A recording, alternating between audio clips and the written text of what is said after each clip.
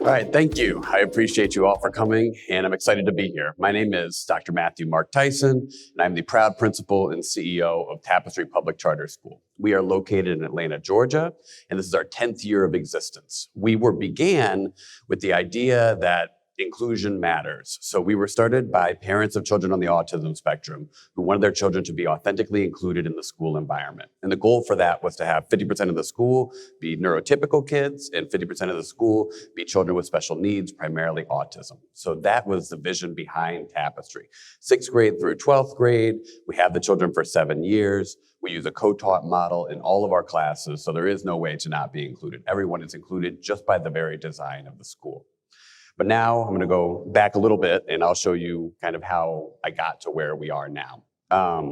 Growing up, I was the oldest of 4 neurodiverse boys. My mom had 2 boys, tried one more time for a girl, and got 2 boy twins. So she realized real quick that schools weren't built for her sons.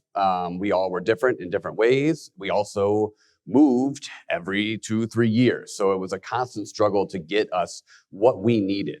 My mom realized that we needed something more individualized. She realized that the school system was failing us and we were not doing well. And if she didn't do anything, nobody else was going to do anything. So she started forcing us to go to the library 3 times a week after school. We had to pick out books that were of things of interest to us. I was reading Calvin and Hobbes books for a year, and that was fine because it got me into reading. And so a year later, because of what she did, I got selected for a National Spelling Bee in 4th grade. 2 years later, my brother got selected for the National Spelling Bee. So what one person can do when actually realizing what children can do when given what they need is truly remarkable. And that's why I am here now. So this led me to being a special education teacher. So about 15 years ago, I decided that I wanted to change the world and be idealistic and fix, special education. So I came in as a bright-eyed special education teacher. The first student that stuck with me, I'll call him M, he was completely nonverbal, and the school had kind of given up on him at that point. This child is in 2nd grade, and we've already decided he can't do anything. Don't worry about him. His previous teachers, everyone else, this child, just don't worry about him. I realized after a couple of weeks, this child was not into many things, but he was really into forks. Forks got him going. So I found out that if I bargained him with plastic lunchroom forks, I could get him to do pretty much anything I wanted. So I started playing around with that and kind of learning and trying different things with him. So I'm like, learn the spelling test. You pass the spelling test, you get 3 forks, man. 3 forks. And so he was like, he didn't say anything to me, but right? So I come back the next week and we do the spelling test and I read the first word on the list. The first word on the list is, author. And I say author. And I look at everybody and everybody's sitting there waiting for the next word. And he just kind of looks at me and he goes, and he completed the test because he already had memorized exactly the order in which the words were in the test. And he immediately put every single one down. And so the next week I was like, I got him.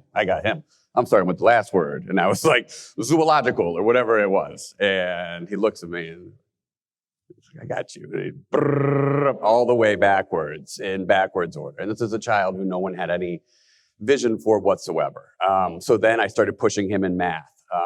At this time, I started experimenting with early AI things because that's my other little pet project, because it's a way to individualize things and to empower students to take control of what they need. So it helps to give every child in the class exactly what they need at that moment. But anyway, started working with him with math things. He was doing barely 1 + 1 at that point. By working with him, by incentivizing him, he ended up in a place where he was doing quadratic equations before he graduated 4th grade. So there was no limit. And that's just because I ran out of time with him. Like there was no limit to what he could learn. We would sit there, we'd look at it, I'd wave it a fork, and then he'd be like, all right, I'm getting to work over here. So that was the first child that stuck with me. The second child, he was completely uninterested in school until I learned that he really liked Family Feud. Loved Family Feud, watched it every day after school. And if we did school in a Family Feud format, he would be into it. And so we let him. And so he walked around with the things and he'd quiz them on things we were actually doing and be like, all right, everybody, we got A, is it macaroni? B, hamburger? Or C, cheeseburger? Let's hear it for the crowd, everyone. But it got him in and it pulled him into learning. And this kid stuck with me forever because he had so many communication difficulties, and he was the sweetest child in the world. And he was the only one who, when you're an elementary school teacher, you don't hear from your kids later on. But he kept calling me, and I would pick up, and he invited me to his graduation. And he then, because I only taught up till 5th grade, after that, he was just kind of set off into the world, and he didn't have the setting that he needed. So he lost some of the communication skills that he had developed over that time. So I get a call one day, and he loved fast food and eating at fast food places. He'd gone to a fast food place. He'd gotten frustrated. He had an altercation. The police came, and he didn't wake up the next morning. And so that's the one kid that followed me for my entire thing. And that's what I got out of that, is that we are in a pivotal moment where we can do something to genuinely change these kids' lives. And we have to at this point. So now we're traveling up to, I've learned of this school that just started. It's called Tapestry Public Charter School. I come in as the first assistant principal, super excited because I loved working with my class, but I wanted to do more to help the educational community as a whole. So I get to be the first assistant principal of this brand new charter school that nobody knew anything about, with these really cool ideas. It also was a complete blank slate. So wonderful bones, wonderful ideas, but nobody knew kind of how the tissue connects in between them, how to make this work in practice. And it took a while, I'll be honest, because we looked for people to copy off of, to be completely honest. We're not trying to reinvent things. Who else has done this? We've seen a lot of inclusive settings in elementary school, but not so much in middle and high school. And when you hear inclusive, sometimes I think back, to my teaching, which inclusive was, you guys have your hallway and you stay in your hallway and maybe you can participate in field day. That's not what I wanted to see, and that's not what I wanted. So I get to Tapestry, and immediately was blown away by the magnitude of what we could do, but also the work that we would have to do to get there. So on top of that, I hate public speaking, and I have horrible social anxiety. So I would rather jump into the pool from my 25th floor room than speak to you all right now, even though you're lovely people. But that's always been tough for me. So I go out, I do my first speech as assistant principal. Thank you, everybody. Muck it up completely. I walk off the stage. I see one of my students, and he's standing there, and I go, oh my gosh. I go, William, that was terrible. And he looks at me, and he goes, I know.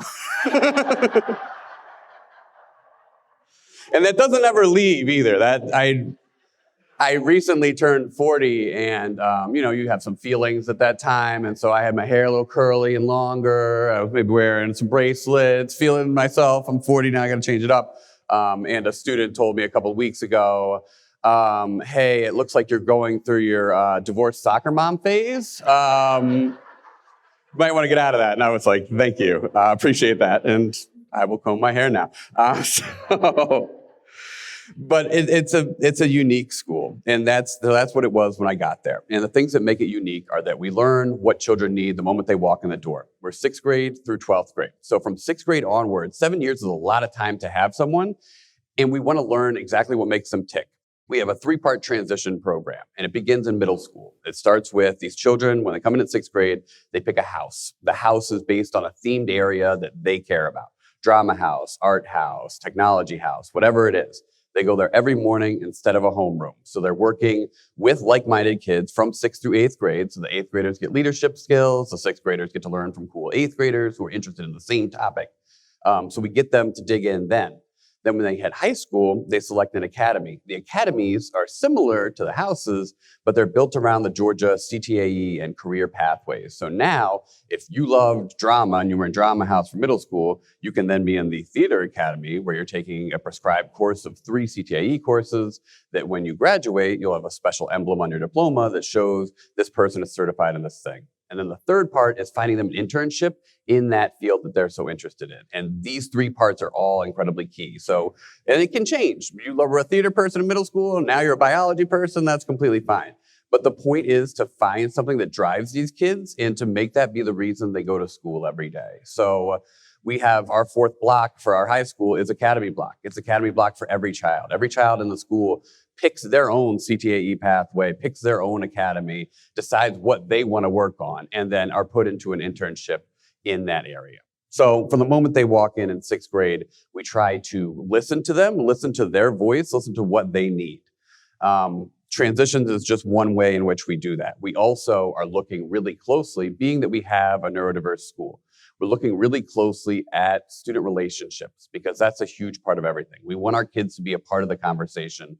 We have a new disciplinary system where we are using restorative practices to have children do discussion circles and that type of thing. So when we have an issue with children in the school, we're now kind of farming it out to them as to, okay, how do we all deal with this problem as a community? How do we then bring it back? So they see their part in discipline, and that's a really cool thing as well. So I was assistant principal for 4 years, and then this is now my 4th year as principal and CEO. And one of the first things I asked the kids when I became principal was, what do you guys want? And so I sent out a survey, I forced them all to take it, and it said on there, like, courses, clubs, sports, what do you guys want here that you don't have? And that's led to now a process where twice a year I ask them, not only what do you want, because I want that information, but also more social emotional things. Do you feel accepted at this school by your peers? Do you feel accepted at the school by your teachers? Do you feel you're accepted at the school by your administrator? Everyone needs to have a safe person in that building that they can go to and they can speak to. And that is incredibly key to what we do. So we give them the survey, and then what comes out of it is really interesting sometimes. I want to know, the first things that came out was, why do we have to do British literature? And there's a lot of different literature out of there. Why do we have to do British literature? And I looked at it and found out there's no real reason why we have to do British literature at all. So the next year we did multicultural literature, and now we do that every year because that's something that the kids noted, and they will tell you, they will be the first to tell you when things are going wrong, as long as you make yourself accessible to them. So I like to sit in the conference room of my school, even though I have an office, because it's in the middle of everything. And I've stacked my conference room with the best food that you can have.